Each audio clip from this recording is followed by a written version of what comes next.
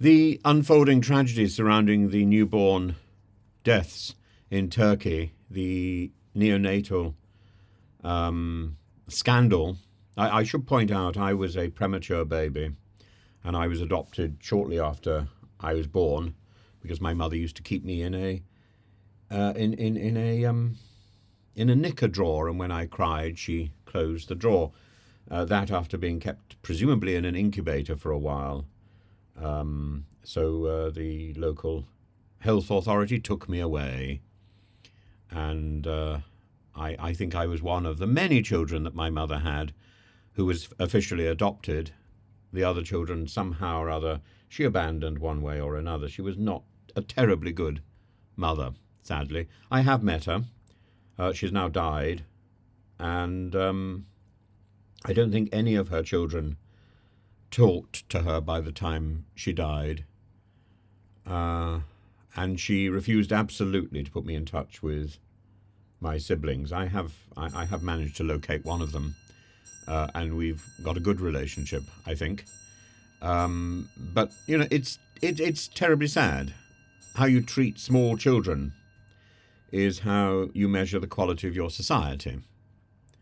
And I think it's absolutely right that Turkey should rise up and throw the grim hand of legal of the legal system at these people who have been manipulating the health system to make money out of innocent and sickly babies.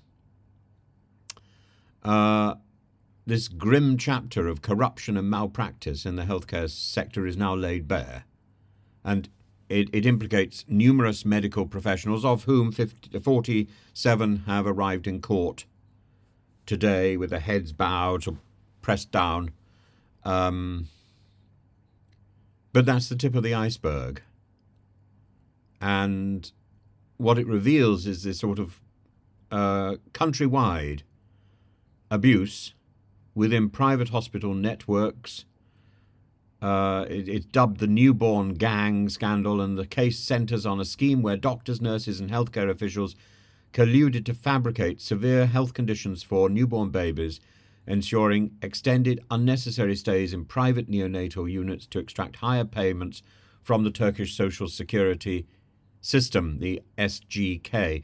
At least 10 infants are confirmed to have died, with potential cases under investigation. This seems to me to be significantly a significantly bigger issue than, for example, the Lucy Letby case in the UK. And like that case, there are going to be severe problems with trying to identify who is responsible. Like the Lucy Letby case, I think the Turkish approach is looking in the wrong direction. We shouldn't be looking to identify who is responsible, but to ensure that this sort of thing never happens again. Prosecutors have filed an extensive indictment accusing 47 individuals of falsifying health reports, delivering inadequate or deliberately negligent care, and in some cases, in some harrowing instances, administering instructions to ensure infant deaths.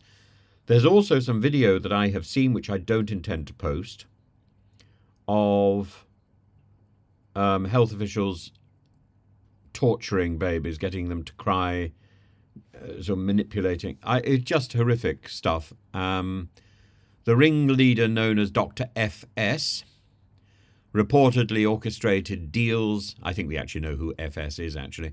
Reportedly orchestrated deals across numerous private facilities, leveraging connections with emergency service operators to transfer newborns to private hospitals for financial gain. And the profits shared among the complicit staff were augmented by demands for additional payments from families and the misuse of hospital resources, including drugs falsely reported as used in treatments but sold illicitly on the black market instead.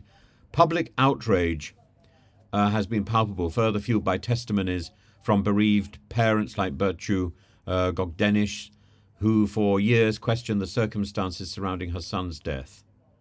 Other cases such as those of a mother whose daughter perished after her only one night at a facility, underscore the alleged cruel exploitation within a system once celebrated for reducing public sector waiting times through private care integration. The ramifications have extended to political and administrative spheres, with Public Health Minister Kemal Memisoglu revoking licenses for implicated hospitals and stressing a commitment to thorough investigations. But actually what is needed is the reassurance that these hospitals have turned round, that these hospitals, which were performing a very valid and important job, can continue to perform that valid and important job. And this drug gang, this newborn gang, can be removed from the system. Their influence can go. Opposition figures like Denis Yücel have called for resignations at the highest levels, accusing current and former health ministers of culpability. That may well be so, but that is not. That should not be the first step. The first step is ensuring that the health system works and that babies are safe. That's the first step that should be happening in Turkey, as it should be happening in the UK. But the first step that seems to happen in both countries is this finger-pointing and this obsession with blame. Blame is important, but it's a secondary issue. And the chilling scope for this scandal has not only shaken public trust in medical institutions, in hospitals, but has also spotlighted the ethical decay that permeates a system incentivated by profit over care.